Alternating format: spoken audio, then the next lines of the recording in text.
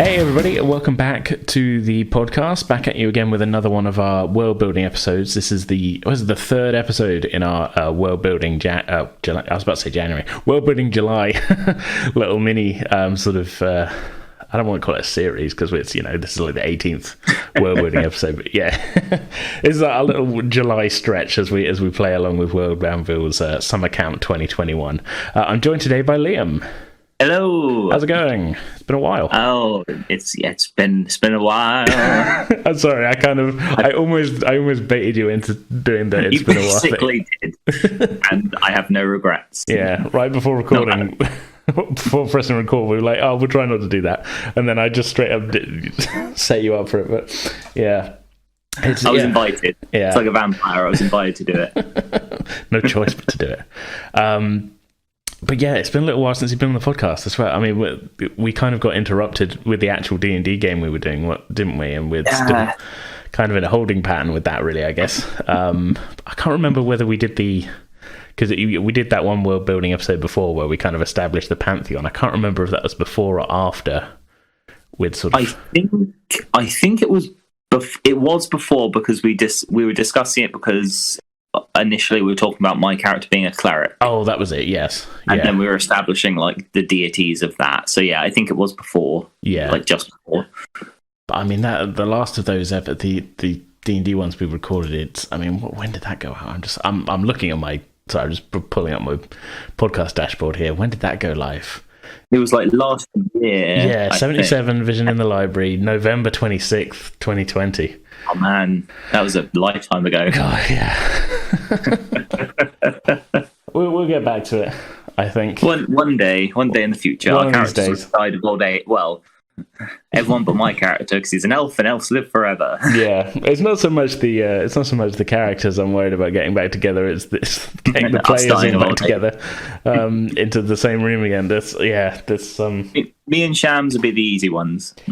Yeah, it's that thing as well, isn't it? Where like we kind of went back into lockdown and didn't really know sort of how long it was going to be, and I think we even had a session scheduled, and then they were like.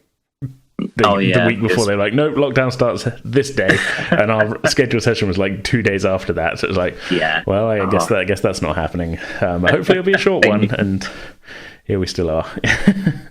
But I do want to carry on with that, and like I say, I've mentioned it so many times on the podcast since then that like I don't want to like abandon that story. It might just be a matter of either finding a way to fandangle it or just finding some way for it to, I don't know, alter in some way, or just I don't know.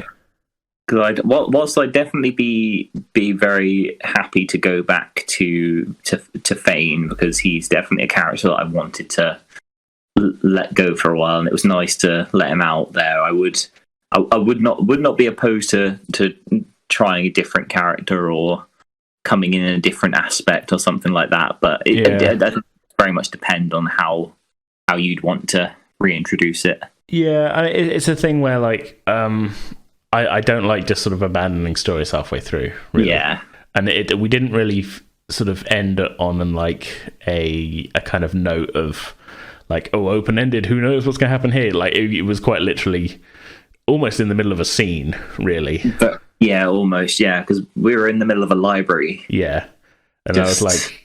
I think you just decide like, okay, we'll leave the room and go somewhere else, and then that was like, well, we'll see what happens next time, and so it's not even like it was like, oh, I wonder what happened to those characters. It's literally just like, okay, well, we kind of left them in the middle of something. I was coming off the high with like a vision, and I was like, oh, this gives so much difference to Fane, who's started out being like a weird, like just self-led cleric almost. To now having confirmation from his god almost, which part of me doesn't really like how I've played him so far.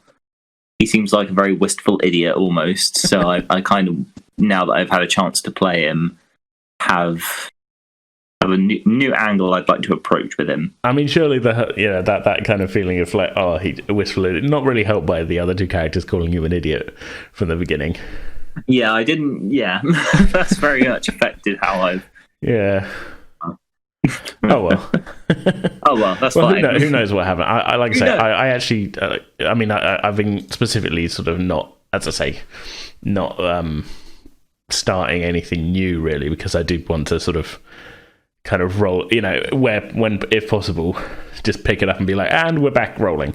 But yeah, to the point where, I mean, I've said before, we have about 7 or 8 episodes of our Star Trek series recorded, and 2 or 3 of them edited already. That I'm just like holding back, like, no, I want to finish D&D first. This is what we need. Yeah. But hey, whatever. Anyway, today, though, we are, as I say, carrying on with our World Anvil Summer Camp, sort of Summer Camp 2021 play along. I don't know what we're calling it. we're taking part. Something. Yeah. Today's last episode, we looked at the copper prompts. In the meantime, the silver prompts have now been released. So I figured we'd just start by sort of reading through them, and then if anything jumps out, we'll come back to it and come up with some stuff. Sounds good. Okay, so first of the silver prompts, an inhospitable region or geographical landmark. I mean, there's a lot to play with there, and we've got map. We've got our map and everything, which probably help if I had open, but whatever. That's what I've been thinking for the last few minutes. I'm not going to lie. Just frantically searching. Yeah, Basically, yeah. I'll link you the map in a second. Yeah, it's fine. Nice. A plant or an animal that lives in an inhospitable region. So it's kind of connected as well. We could do sort of 3 here that go together, I guess. Yeah. I've just found it now. Oh, you got it. Okay, cool. That's helpful. Yeah, there we go. World map. Because I mean, I don't know about anyone else who does D&D or even yourself. There, I just get there's just something that just gives me joy of having like a map of some new world. Like when I read a book, I know that a book's going to be good if it has a map in it. Oh yeah. Just automatically. Yeah, I'm always going back to the map, being like, oh, now they're here, kind of thing. Yeah, I know. Oh, that I've got for my own one. I've drawn 3 locations. Actually, no, 4. But one I need to alter slightly. And I always like putting it out for people to like look at and to read there. Less so now that obviously in-person D&D is a lot harder, but the idea of having like a physical map in front for players or players having a map at least of the area, but just a world map of any D&D world is just any fancy world. There's something special about it. Yeah. It's sort of like a sort of it kind of grounds it like leaving the fantasy part behind, but sort of makes it, at least to me, feel a bit more kind of like, so here's the real place that we're talking about, Yeah, I actually promise. I would say it grounds the characters. I think definitely, and like the players can see it and feel it almost. They're like, oh, we could just go. Like if you're just talking about, it, you're just like, we could go here and here. But if you show the map, you're like, oh right, oh wow, this is what this does there. Oh, what's that part of the map? Like it just gives them. Well, a sense of the scale and the geography of the world as well. Other than it takes it from an abstract like, oh, that town's 2 days travel away. It takes it to like, oh no, it's 2 days travel away. And if you look at the map here, you'd be going alongside a river for a lot of that, and then you'd be going through these hills, and then there's all It's like, there's a mountain. What's in those mountains? Yeah. It's sort of extra. Yeah. But as well, it's sort of to bring it back to the world building thing. I kind of built the map as like a sort of, okay, here's a thing. I'm kind of building it out of scraps of an idea and an outline, but then a bunch of sort of collage, sort of Google Earth screenshots, essentially, to be like, yeah, this kind of looks, this fits. Yeah. To be honest, I need to sit down and create like a proper digital world map, because even like just as a DM, it just helps you ground yourself in your world. Like you can have all the ideas in the world about how things like that look, but if you're able to physically yourself like put it pen to paper almost, it allows you to gain your own perspective on it almost. I mean, which is something I love. That the map I've got, I mean, that you're looking at, it started really with just like an A1 sheet of paper way back in the day, before the podcast and everything, and then it was just the coast outline and like some islands at the top and like 3 roads drawn between a couple of I think the capital city on the northern coast was there. There was the city in the middle. I think I'd drawn some pointy things to be like, here's some mountains, and it's super, Yeah, yeah. But then the funny thing is, there's not really much of an in-between stage between that and the giant digital photoreal satellite. Yeah, that's like, right, let's just jump from 0 to 0. Well, you know what I'm like? I'm just like, okay, well, I'm just like, if I'm going to do it, I'll do it. So yeah, gone through it. Yeah, I was like, well, I've got this outline. That's a good start. I kind of redrew it in Photoshop, and then I was like, well, what am I going to do now? Next stage. Yeah, next stage, straight into it, basically. So by the time I'd actually saved like an out, like a render off of or whatever, it was like, okay, well, I've gone straight from like a sort of slightly dodgy photo on my phone of this giant A1 sheet, which I don't even think I've got the sheet anymore, to this satellite photo. But, yeah. This is for when the players cast the spell Google Maps. Yeah. Doesn't always work, but it's pretty good for traffic. Anyway, where were we? See how good signal is. The third prompt, anyway, sorry, to steer it back. An ethnicity surviving in an inhospitable region. So these first 3 ones, about the region itself, a plant or animal that lives there, and an ethnicity that survives there, they can kind of go together. I'm finally actually thinking of the map, the one that you've got in front of you. I can already think about where I'm going to suggest like we set this. It's not on that map. So sorry. We're going off map. Yeah, we're going off map. I'll send you the wider world map in a minute. It's fine. Oh yeah. Yeah. Anyway, moving on there. An old or ancient organization which still casts a shadow. I quite like that one. That's a good implication as well. Cast the shadow, because there's a lot to play with there, isn't there? I was going to say that's different from like an organization who exists or just an organization who like stands or anything. That's one that casts a shadow. So that can mean a good variety of things. Yeah, I mean, you could have it like the organization, like you say, it doesn't still exist, but like the sort of fallout of the things it did are still being felt, or that it had such a shadow that there's like successor organizations which have taken things further, or or that they evolved and like piggybacked onto or evolved into almost. Yeah, there's so many different ways we can go with that. Yeah, that's nice. The next one, a lost or ancient language. I'm not sure if we can. That's a lot to ask for a one podcast, I think. I was gonna say that. Don't even get me started on lost languages. That's like I've got a map, but I'm not Tolkien. I'm not gonna. I mean, like just kind of like just dipping into that slightly.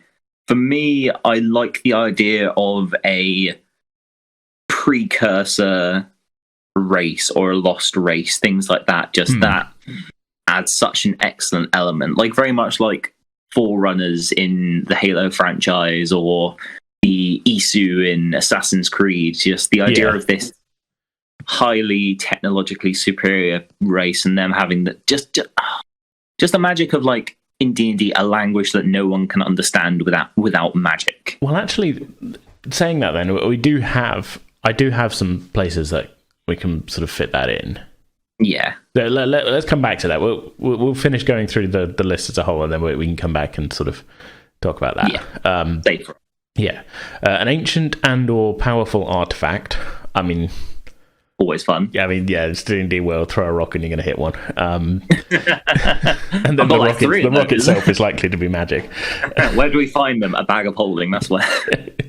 Close your eyes, take 10 steps, pick up whatever's in front of you.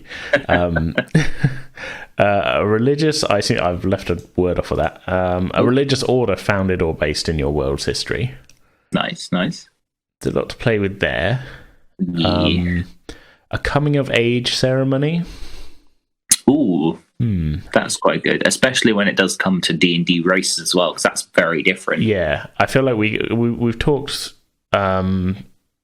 the we as in the general on the podcast in these episodes. I don't think we talked about it in the one we did before, but we talked about obviously elves having certain expectations and things, especially when it comes to like where they study magic and stuff. So we can kind of expand on that as like a sort of, they're still considered generally kind of almost children till they're nearly a century. So I would have to go back and listen to what we said before, I think, for that. Yeah, so I think we were discussing Fane's age. Yes. Because I think that's where we were kind of thinking like, oh, how old was going to be? Because I always thought of him as being quite young for some reason, just because of the group that he ran with, and then the reality of him having to be like a century before he's like considered to be like an adult or nearly an adult. Yeah. Which kind of might be why, like you say, he's sort of, I don't know, hasn't had a lot of I don't know, what am I trying to say here? Like practical experience, because he obviously being a cleric, being like a very high wisdom character, he's seen quite a lot, and he has this weird understanding of things. But in terms of practical sense, him having a 9 in his intelligence, he doesn't know things in the same way. His sort of history and knowledge of actual events and things not so great, and no, pretty much non-existent, to be honest. Yeah, so I mean, we can sort of tie that in. Maybe there's sort of some, like you say, some coming of age ceremony that he hasn't yet reached yet. Yeah, he doesn't have an understanding to. Well, whether it would sort of impart some kind of understanding, or whether it would just be like a sort of, now you're considered an adult and people take you a bit more seriously, and it's a bit more kind of, you're more likely to get help with certain things. Yeah, because for me, he's very much a character who he's never had affirmation. Like, he's very much been looked at as a outsider in many aspects. So I think that something like that would very much ground him in his own life almost. Yeah, and being like you say, young is sort of, that's not opening any doors for him. Very much not. Yeah. Anyway, well, but yeah, that's a good place to start on that one. 2 more. There's a famous letter or message. Ooh. That, I think, would be something to tie into like a historical event. I think so, very much. Like a script, or almost. I do have one in mind, so we'll come back to that. We'll come back to that. And final one, an often undervalued but vital profession. Ooh. I mean, yeah, this kind of prompt is a little bit sort of, I don't know. I don't want to use the word like mundane, but it's kind of like just fleshing out the kind of basics of the world, if you know what I mean. Yeah, or even like in a small location almost. Yeah, but I mean, if it's a vital profession, it's going to be one of those things that's everywhere sort of thing. So I am going to have to end up just writing here's 300 words about blacksmiths or something like that. You know what I mean? Like, I don't know. Ooh, or off the top of my head, I can't remember it. The Dwarven Society. Where was it? Yeah, the sort of Dwarven. There's a capital city in the west called Steinstad. That's it. I've got it there. Yeah, because if I remember, I can't remember the origins of it. But was it? I haven't really fleshed that out. Yeah, I mean, to be honest, depending on how things like that have come to pass there, like even for the dwarves as a whole, obviously for them, metallurgy, stonecraft, masonry, things like that, depending on how their society itself has progressed in the same way, because obviously it depends on like what dwarf life is almost like, and dwarf civilization almost like. Like for instance, in my own homebrew world, dwarves had almost like the run of where the Underdark now is. Yeah.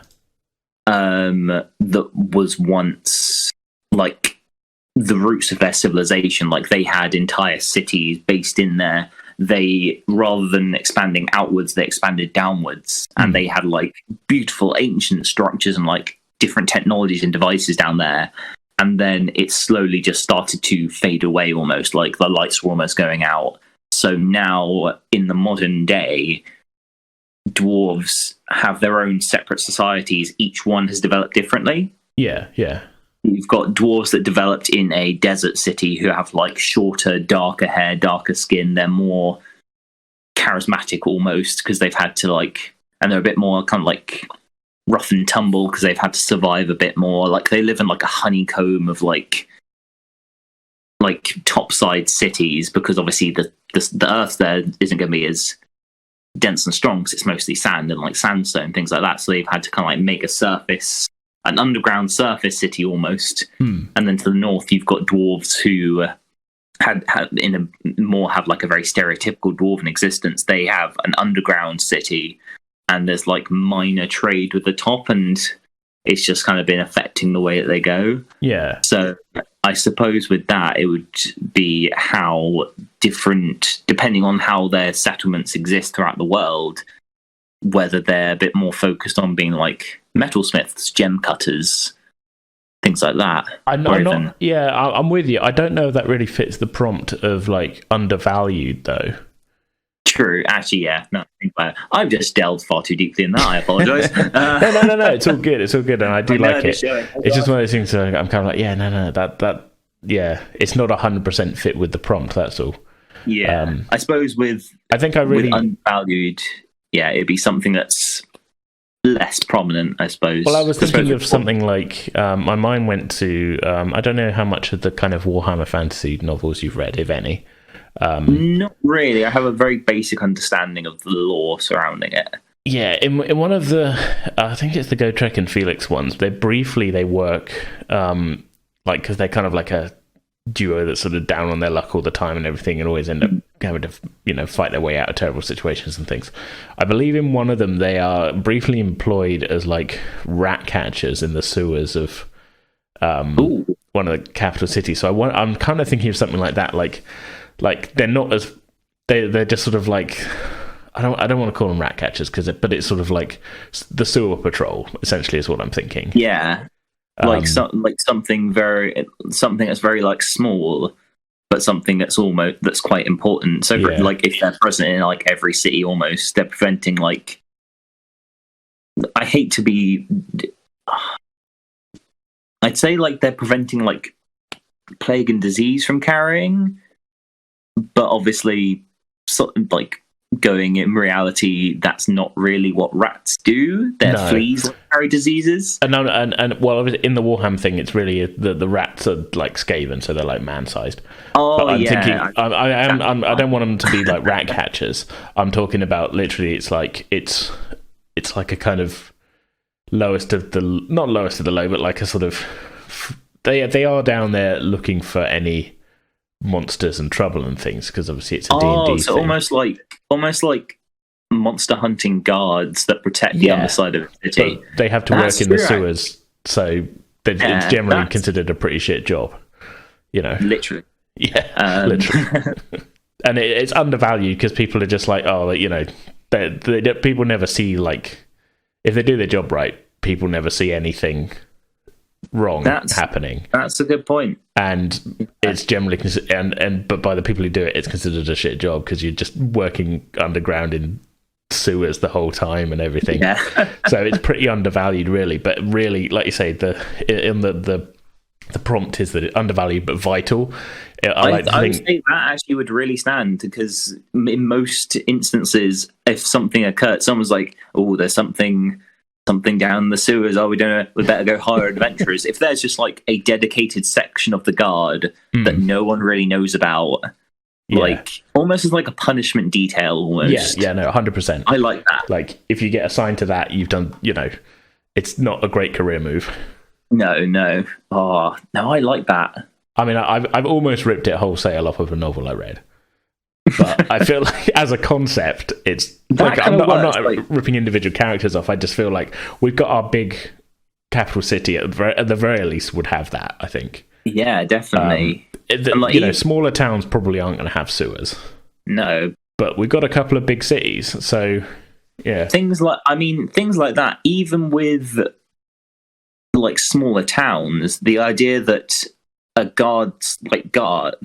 like guards like militia or watch have a dedicated section for anything like, say, their privies or their sewage works or even their graveyards, like a dedicated group that is for that one horrible aspect of it, whether it's protecting like graves from like monsters that specifically like eat the remains of the dead, the ghoul watchers or something. Ghoul watch, yeah, basically, yeah, like just a dedicated group of every kind of like militia or watch or anything. Another another meaning to graveyard shift. Literally. The literal graveyard shift. Yeah. I mean, it could even be called the graveyard shift. Maybe it's called that like jokingly by the people who are in it. Yeah. Like kind of thing.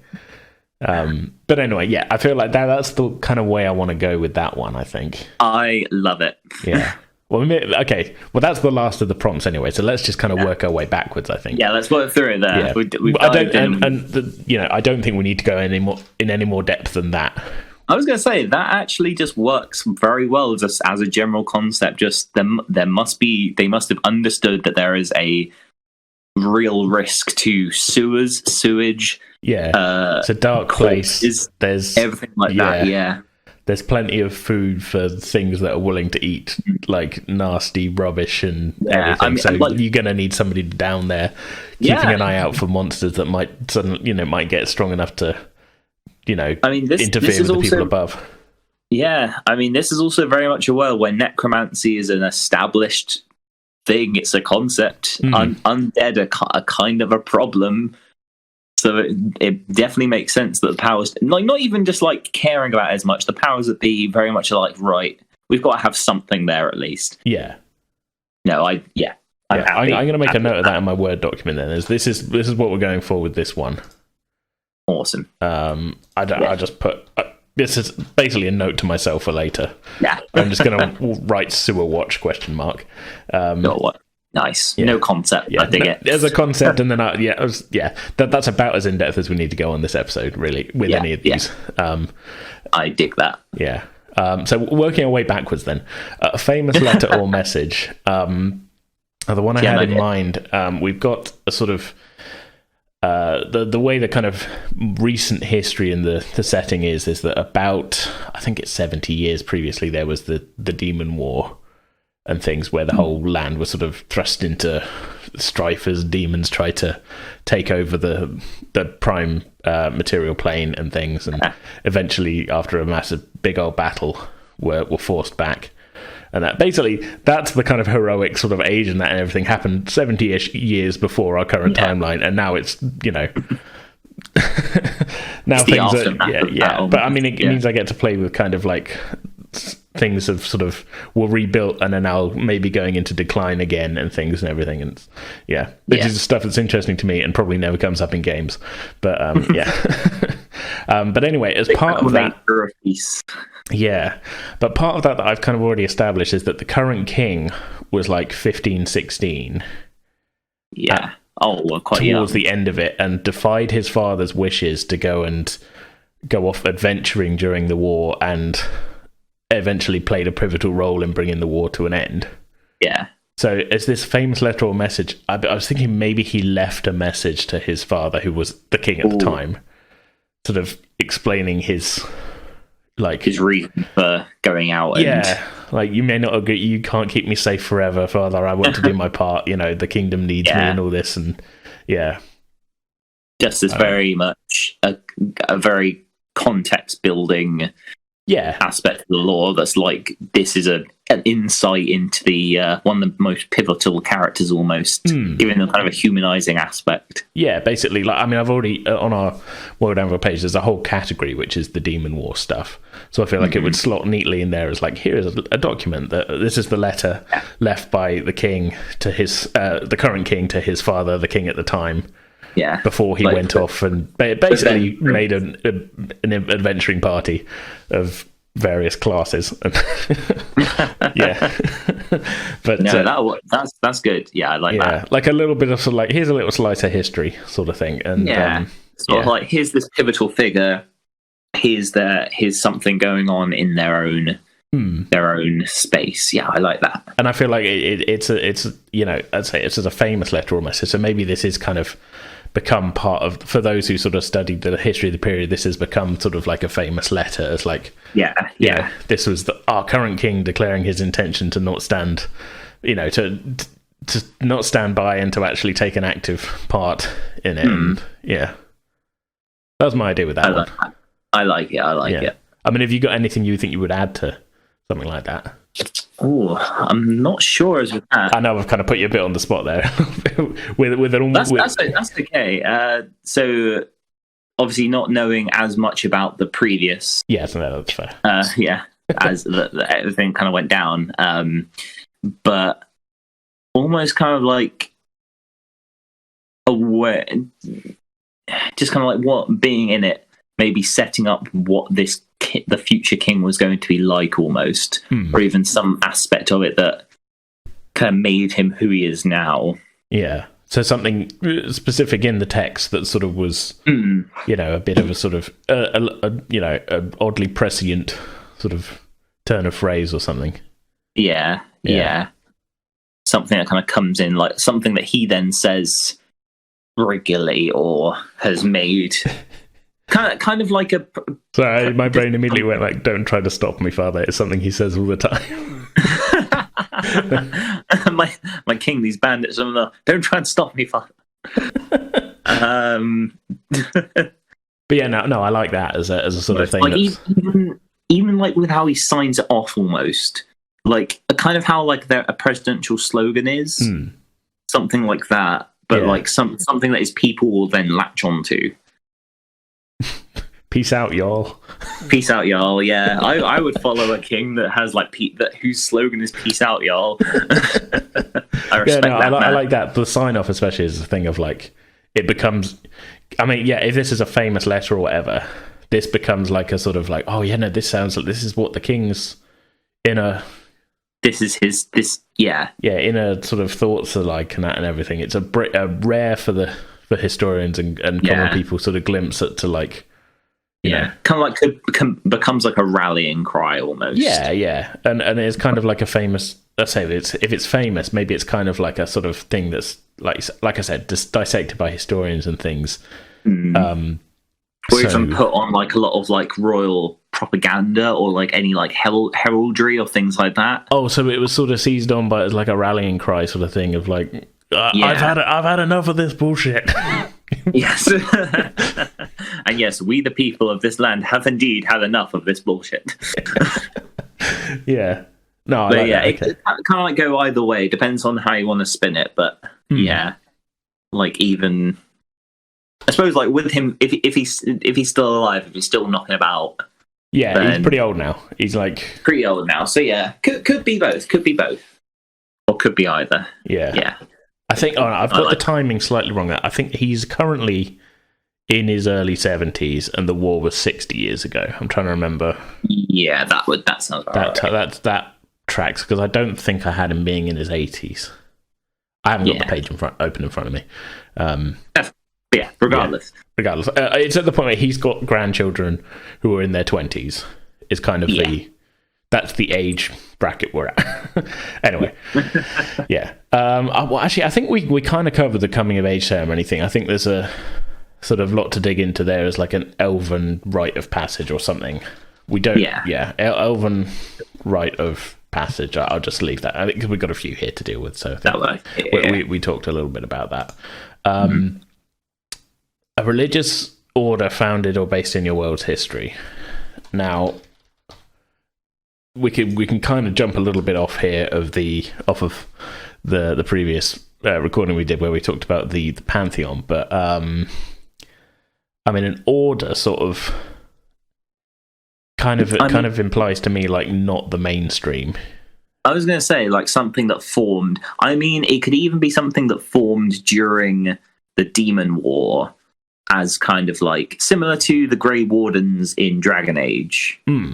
Or even, I mean, to be honest, that, or even like the Inquisition that then became the like Templars almost, like Yeah. some sort of like precursory, like almost like demon hunter order of warriors. Would you say sort of drawn from the followers of just one god, or Maybe even most of the gods, you know, they maybe are not gonna, you know, their people are not gonna be so. Yeah, they haven't got any. They haven't got a dog in this fight, sort of thing. Is that the yeah? Possibly, But or ones maybe like Bahamut and that, they're going to be a bit more like, no, down with this, you know. maybe. I mean, maybe even an order. I mean, depending on like how you want to go for it, an order of warriors, either like paladins and clerics of all different kind of ones, kind of band together and fighting almost independently, almost, or even like renegade ones who kind of like come together and kind of like willing to do things almost that others weren't.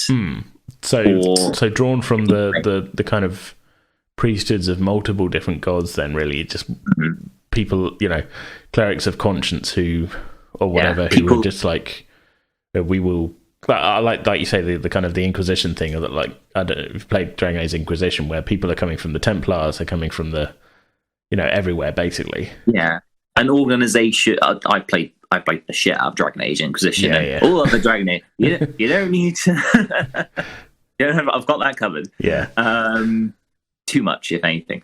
But no, the idea of a order of warriors, priests, all people coming together just to operate outside of the religious and political aspects, who perhaps now either occupy, like, have separated or split off, but like formed during the war, and then after the war's over, didn't really have any focus, so either dissipated. So you've got like older members who still kind of like cling to it, who either exist, or like descendants who like exist in different aspects of the world. So like either militaries or other religious orders. I'm not sure what the name would even what they would do, or just they're the order of. I'm trying not to say like something completely cheesy, like the Order of Light or something, or the Light Bringers or something, because it starts after a while to just sound like Space Marine chapters. But like, very true. Or even like the Hell Watch or something, or Hell Riders. That's even more like a Space Marine chapter. Come on, man. Hey man, I don't know 40k lore as well. You can't judge me. Yeah, to lean fully into Space Marines though, like that. Is it the Death Watch in that, where they're drawn from all different chapters to fight? I think they fight again. That's not my area of expertise. Fair enough. But I think it's. I still think it's cool. Yeah, no, I like that as an idea though, that they kind of formed as like a sort of in reaction to the sort of rampaging demon hordes or whatever. It was like, no, we need to do something. Yeah, like even before, I don't know what the specifics of the lore are for the Demon War, but like even before people like rallied together to fight, when they were all like separately trying to do stuff, these guys were kind of like, no one's doing anything. Let's just gather together, fight on our own terms, sort of thing. Yeah, I'll send you the page because I've actually got that a little. I mean, awesome. not to read now, but to read later, because I actually do have that fairly well timelined out. There's a lot of room in there for stuff, though. Brilliant. It's, you know, there's loads of room. It's just like, over the next couple of years, this happened. Like the war went on for like 5-6 years. I gave myself a lot of room there to be like, stuff happened, you know. I mean, even like after the war ends, they still remained to like mop up remaining like demons and things, like hiding out. Yes. And because they were so independent and mobile almost, maybe they have like a central keep or place that they operated from, but they traveled around so much that they almost like started to get in the way of like established armies or religious orders or political groups, things like that. And so in the end, they were forced to like disband. Yeah, like their time was, they were useful during the war. Yeah, and they slowly became like a nuisance almost, or like their time was over kind of thing, you know. Basically, yeah. Like they were seen less as being kind similar to how like the Grey Wardens and and Witchers are in those respective worlds. Like people are like, you existed in a world where we needed this. Your time's done. You know, lay down your arm. Needed now. Please stop. Yeah. Just like, come on, just stop it, guys, please. Come on, man, come on, just come on, guys, just calm it down a little bit, take it down a notch. Yeah, I like that. That's a good. I say, and it adds. I'm all for adding stuff and like extra texture and details to like events that we've already established. So that's another thing to go in the Demon War bit. Yeah. Next one then, an ancient and/or powerful artifact. Now, this could be pretty much anything, couldn't it? I mean, very much, yeah. I mean, there's so much. I almost want to skip this one. To be like, look, come on, half the articles on this wiki are already ancient powerful. To be honest, with that, you can then almost have a series of like interesting like items, like things that belong to like demon princes or like generals of the demon army have been locked away in some vault somewhere. Yeah, that even maybe once belonged to said order and after their disbandment have gone missing, or like. Well, here's the thing. Maybe like you said about them having like their own keep and things. Yes. Maybe they had a secret vault of like artifacts that must not see the light of day again. So even though the main order is no longer really a thing, there's maybe a couple of there's the order within the order, which are like the vault keepers. Yeah, like they're still watching over, just different in case. Caches or remains, and like they're just these little like outposts in different areas, and they have like a lost one that's got like some of the really heavy stuff in there. Yeah. So we're thinking something like the Lost Vault or something. No, but if it's going to be an artifact, so it'd be like something like the Blood Axe of the Demon Lord. Yeah, blah blah blah. Blood Axe of Argog. Yeah, or like the Crown of Ismathel, or something like that. Just like these powerful artifacts that have like elements of demonic energy still remaining. The evil spoon of the evil spoon. Armies shudder in fear at the evil spoon of the destroyer. It's like a sentient weapon except for food. Totally. It's just a ladle that's a club almost. Yeah, so like some kind of demon artifact. I like that. I'm just literally just in my document just writing demon artifact to come back to later. I mean, there's a lot to work on there.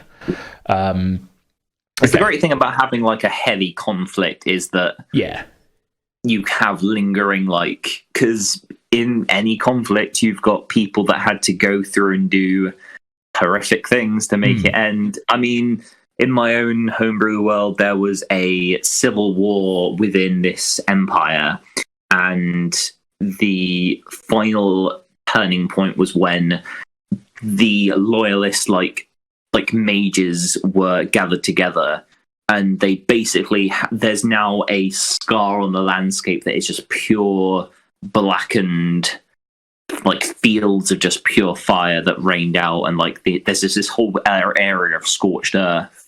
Nice. Where an entire like military force was just wiped out and annihilated, and no one knows whether friendly forces were in there, whether innocents were in there. They just annihilated this entire area. Just like a bomb went off, basically. And all the mages now have either vanished or were. I can't do sarcastic air quotes or like air quotes on Discord, but like killed in action. Yeah. But people have said they've seen just like That's an interesting. I like that. I mean, we've kind of got a slightly. It's similar in that it was kind of produced by a magical sort of explosion type thing, but that whole section, if you've still got the map in front of you, the Auric Waste was produced by a magical ritual gone wrong.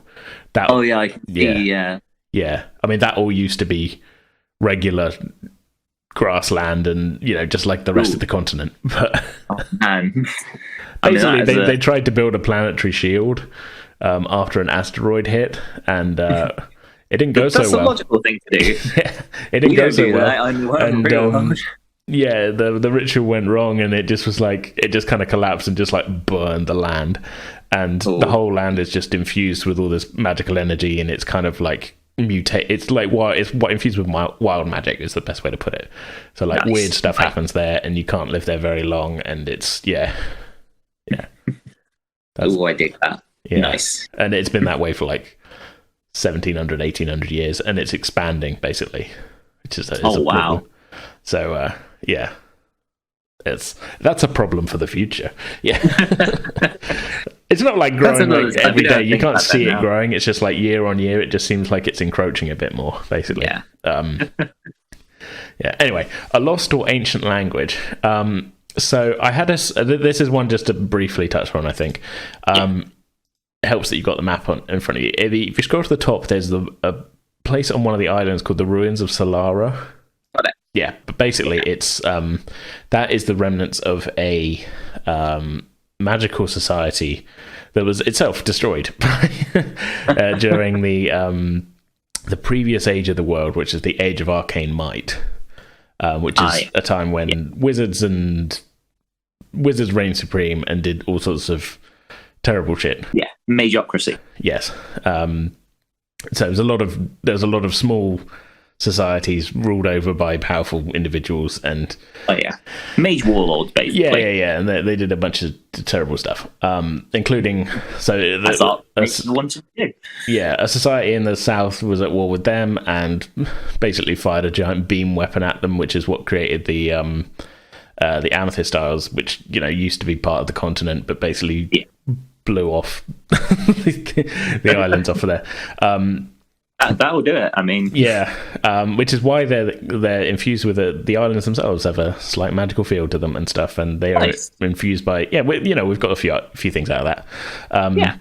But anyway, that society, I'm not too fussed about saying it now because I don't think we're going to do it on the podcast at all or anything. But I had a previous storyline that I ran back way before the podcast, back in the days of the map being on the A1 piece of paper. Where the party got hired on as guards for an archaeological expedition to the ruins and fell through into the real ruins, which are actually below the surface, which is most of the city still kind of preserved because they had a magical shield up. But the magical attack was so powerful it basically melted the rock around the shield, so everybody inside kind of died, sort of thing. And the city was kind of buried and the shield went down, but the buildings and that are still down there. But there were sort of people, that one or two people were kind of caught in this. I realise this sounds like I'm ripping off the last arc of Critical Role Season 2, but I ran this like 6 years ago. I was going to say, you've got props on them. You're fine. Yeah, it's fine. I beat you this time, Mercer. Damn it. It's like Mercer. But anyway, there was a few people in stasis and that. Well, I think it was just that they came across a small child caught in stasis who was speaking a language that none of them knew. So that's the language I want to go with. Ancient Solaran. Nice. It's a long way around to saying like that's what I'm going to write for this prompt. Nice. I think that's fine. That's always good. Yeah, just having moments where a party is completely stumped in a way. Like I had that with a previous campaign I ran where my own fictional past race, the Aether, who are basically they were entities. They were an entire race that was made purely by divine magic, right? And it's from them that magic was then developed and created, almost like it was a science. Okay, like they created, because for them their physical bodies obviously weren't like, they made their own bodies almost like they were a society of consciousness. So every person had their own physical form as their own construct, but the idea of like a physical body was just a tool in a way. Yeah. And like a mech suit. Now, basically, yeah. And they used to just kind of like transfer consciousness, like when they gave birth and things like that. Like it was less the same like physical way. It was more they making the next created model vessel. sort of thing. Yeah, basically, yeah. And like they still had children and things like that. Like people were still people. And the party at the time were investigating these like strange dark experiments and whatnot, and they found the ruins of like a research outpost. And they managed to break into a room, and they experienced something which was like the same as a programmed image. It's like a hologram almost. Yeah. And they were looking at it and they were like, right, what information can we get there? And the programmed image was like a journal entry, and it was talking at them, and I was basically like, you guys are hearing this. None of you have any concept of what this person is saying. This is nothing like any other language you've heard. Basically, and, yeah. They were like, and I was like, does it have any other aspects to it? I was like, all right, who speaks Celestial? And they're like, oh, I speak Celestial. I was like, okay. Same this grammar, is the or something like that, yeah. But it was like, this is the closest approximation to Celestial that you have, and that's a long shot. Like, yeah, it sounds like it's in the same language family, but you still can't understand it, sort of thing. Yeah. I like that idea, and that's kind of where I'm going with this. It's like it's got similarities to maybe Common and Elvish in certain ways, like a blending. But it's sort of it's going to take some research to translate. Yeah. I hope you've got a wizard who can comprehend languages. Yeah. So otherwise, good luck. You're gonna be reduced to charades and drawings. Speak to them very loudly. So yeah, moving on then. So an old or ancient organization would still cast a shadow. I mean, we kind of said, I mean, this kind of fits in with that religious order we came up with as well, really. But we can also tie this again back into the demon war, I think, because we can have the opposite side. The whole thing of that is that it wasn't just demons; they had cultists and things.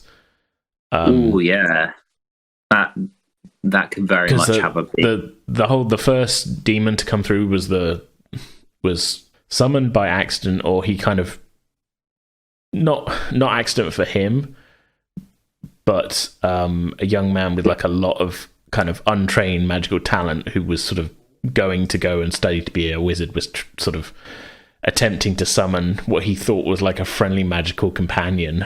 Yeah, he was like practicing his conjuration. Yeah, and instead this demon kind of was like, nope, it's me, bitch. It's me. Yeah. He wanted just a cat as a familiar. Who then proceeded to slaughter his entire village and was like, I like it here now. I'm going to be, taking over this plane. There's nobody. Yeah, he was like, I don't have a boss here, kind of thing. But of course, he then couldn't do it all by himself. So over the years, he kind of forced the guy who summoned him to sort of serve him, and gathered like followers and such. And as he grew more powerful, he sort of began to summon in more lower demons as well. To sort of, so it's a long, it wasn't like he popped in and suddenly we're at war. It was more like he's popped in. Yeah, he's like, I see the potential for this plane. Yeah, for a long time, it was sort of he was working in the shadows. There was no war, kind of thing. Yeah, I was just looking at the page now. I had it that sort of. There's like a 7-year stretch technically, which counts if we count from when he's summoned in to when he was banished. Yeah. Where he's there, so maybe the sort of the cult, like the human sort of. The human followers. The mortal cultists and stuff, they would have to have some kind of organization. And it's this sort of, not really a secret, but kind of like a secret shame kind of thing. Yeah. But then the fallout as well is that the shadow still felt because, not only were, communities sort of ripped apart and destroyed and things, but there's now idiots who are like, maybe they had some good ideas, kind of. Yeah, like they're emulating it, or even like there's the constant whisper of them still existing. For sure, and there probably are a few. They probably do still exist. Is the thing. Yeah. And then maybe, the big question for that is like, did the demon who initially was summoned, did he die? Was he banished? Well, I don't want to spoil things. Yeah, he was banished. Is the way just, I'm looking at it? He was banished. Yeah. And there was some kind of ritual performed by the Crown Prince and his companions to banish him. Mm-hmm. And that's about all I want to say at the moment. No problem. I mean, that could even be aspects of like rumors of this cult like still bringing them back, or even like committing acts, or even trying to find certain artifacts to still emulate the rituals. Just the scars of it still being left over. I don't want to comment. No worries. No comment. Next question, please. No. It's very much something I've had on my mind in terms of certain things. And again, it's one of those things that they may not. People, the games we play and record, it might never come up. Yeah. But in the back of my mind, I'm like, well, they wouldn't all be gone, Yeah, I mean, certain powerful entities will leave their own marks, and people who follow will still continue to, even if they don't know why. Yeah. So I like the organization. So to circle back then, so yes, this organization, the cultists and that. Yeah. As they're cultists, I mean, they're not an army, although they've definitely fought against, and alongside the demons that were, that, but they are more of a cult of this demon than, so maybe that's what I want to lean towards on that. Like the remnants of whatever his name is, that works. That sounds good. Yeah. Okay, the other three, I don't want to spend a lot of time, so I just sort of say what I'm thinking, and then we will bring it to maybe a close on that point. So when I saw these were the three prompts, the inhospitable region, plant that lives there, and an ethnicity surviving there. As I said earlier, I was annoyed that I kind of I'd already. This is the thing, is that I'd already, for one of the copper prompts, which was an ethnicity whose cultural exports are highly sought after, I already used the ones I was thinking of for that, which is the people of the land of Onus, who were sort of there losing their land to the expansion of the wastes and that. Yeah, I mean, looking at it, and so that would have been perfect for this one, an ethnicity surviving, because the whole thing is that they're like surviving under harsh circumstances, and they've had to become quite sort of harsh people and that as a result. So it would have been perfect for this, but I've already done them for another prompt. So instead, and plus as well, I already have an article written about the auric waste, so that's out. We can't do that. So instead, I want to look at across the sea. I mentioned it before last time, not with you, but just when I was talking. Across the sea is the continent of Arcturime, which is a frozen, hostile tundra wasteland. There is a giant frozen city in the center of it, which is not what we're talking about. What I'm talking about for this, though, is the people who live there. Which are kind of like part Viking. They're kind of like Viking raiders, basically. Yeah, that's kind. Yeah. To be honest, if you have if you have a frozen wasteland that doesn't have Viking like people in it, are you even doing icy wastelands correct? Yeah. What are we even? Why are we even here? Like exactly. But yes, so it's a frozen, hostile wasteland, and they live a harsh existence around the edge of the tundra. And maybe they've got some big wolves or something. I was going to say, like, if you're thinking of like things that are being exported there, like pelts and hides from like strange, like frostbitten creatures and like bones and things, like kind of similar to ambergris that comes from Wales. Yeah, like things like that. Well, I'd imagine they do a bit of whaling. Oh yeah, very much. All the best Viking civilizations are whaling. Well, these are the people I'm thinking for this ethnicity surviving in an inhospitable region prompt. Then for the inhospitable region we're talking about, rather than the whole continent, because I, again, already have an article, maybe there's some kind of like the tundra on the southland of it is this inhospitable region that we're talking about. There's not a lot in the way of trees and things. It's very exposed to the elements, and it's hard life there. And the plant or animal would be, I don't know, some kind of fucking tundra rabbit or something. Tundra rabbit. I hate coming up with animals on this. Like tundra rabbit. I feel like it's always like an afterthought with me that like come up with a plant or animal, and I'm like, oh, for God's sake. Like, I'm kind of thinking of it being kind of like a jackalope. Yes. Like a rabbit with like horns. Esquilax. Just, yeah. That's what I'm thinking. I only know that because of that stupid Simpsons joke with Chief Wiggum. But yeah, something like that. Like, and it's got, like I say, it's got horns and teeth. It's a real angry rabbit. Yeah, real angry rabbit. But it's what like the hunters learn to hunt before they go out searching for wolf pelts and things. Or maybe even like befriend, like also like when you get like this is like they have them as like pets or like beasts of, but like basically like when you get like rangers there who like would normally have like wolves or like anything like that, but obviously the wolves there are probably massive. Yeah. And insane. I mean, depending on how you go, like winter wolves are like technically intelligent because they speak giant. Yeah, and giants use them. Like maybe even like these tundra rabbits there have got like their own. So they have them like dogs. Basically, yeah. That's an idea, actually. I like that. Just like kind of breaking away from the norm of it being like hounds or anything like that. Just these large like rabbits that can leap incredibly high, move incredibly fast, and be incredibly like stealthy. How big are they? We can use them as mounts. Possibly. See, I kind of see them being more like the Arcturine riding rabbit. Oh no, because that just brings you back to The Hobbit, which Radagast and his Rustaville rabbits. I think, look, I'm most of the way through.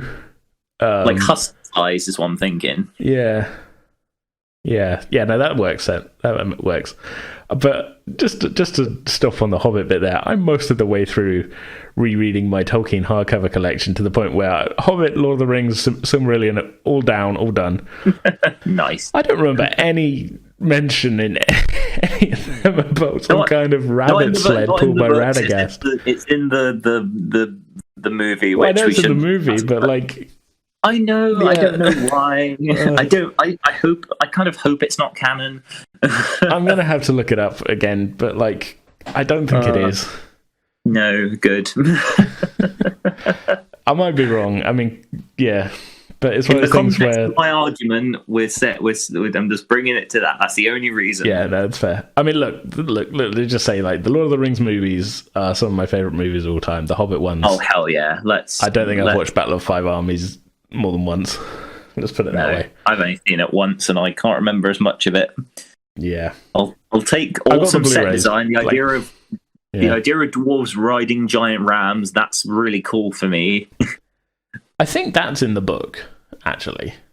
Oh, actually, yeah. Now that I think about it, but the Hobbit movies, to get off topic a bit, they suffer from being a 300-page book for children stretched into 3 movies. And with some attempts to shoehorn some of the stuff from the Lord of the Rings appendixes into there. Yeah. Let's stop talking about The Hobbit. I'm making myself sad. Yeah. And we're veering away from these badass horned rabbits. Yes. That initially. But anyway, yes. Yeah, that's kind of my thought. Yeah. Yeah, a horned rabbit. I like it. And I think that pretty much is about as in depth as we need to get on this. Exactly. Yeah. But that's cool. We've actually got something for each of the prompts then for these, so I think this has gone very well.